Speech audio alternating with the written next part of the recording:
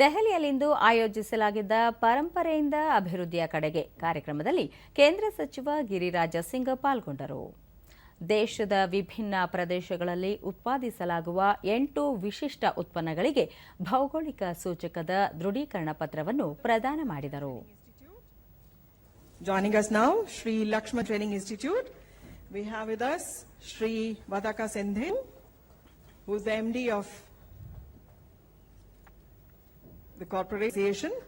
We have with us Ms. C. Nagarani and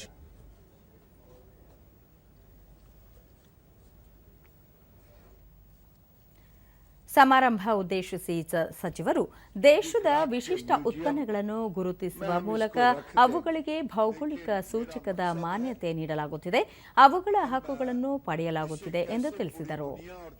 ಸ್ಥಳೀಯ ಉತ್ಪನ್ನಗಳನ್ನು ಗುರುತಿಸುವ ಮೂಲಕ ಅವುಗಳಿಗೆ ಅಂತಾರಾಷ್ಟ್ರೀಯ ಮಟ್ಟದಲ್ಲಿ ಮಾನ್ಯತೆ ದೊರಕಿಸುವ ನಿಟ್ಟಿನಲ್ಲಿ ಸರ್ಕಾರ ಪ್ರಯತ್ನ ನಡೆಸುತ್ತಿದೆ ಎಂದು ಹೇಳಿದರು.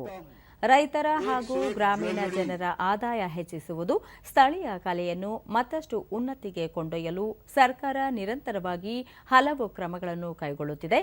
ದೇಶದ ಕರಕುಶಲ ವಲಯ ಆರ್ಥಿಕ ಪ್ರಗತಿಗೆ ಅಮೂಲ್ಯ ಕೊಡುಗೆ ನೀಡಬಲ್ಲದು ಎಂದು ಹೇಳಿದರು.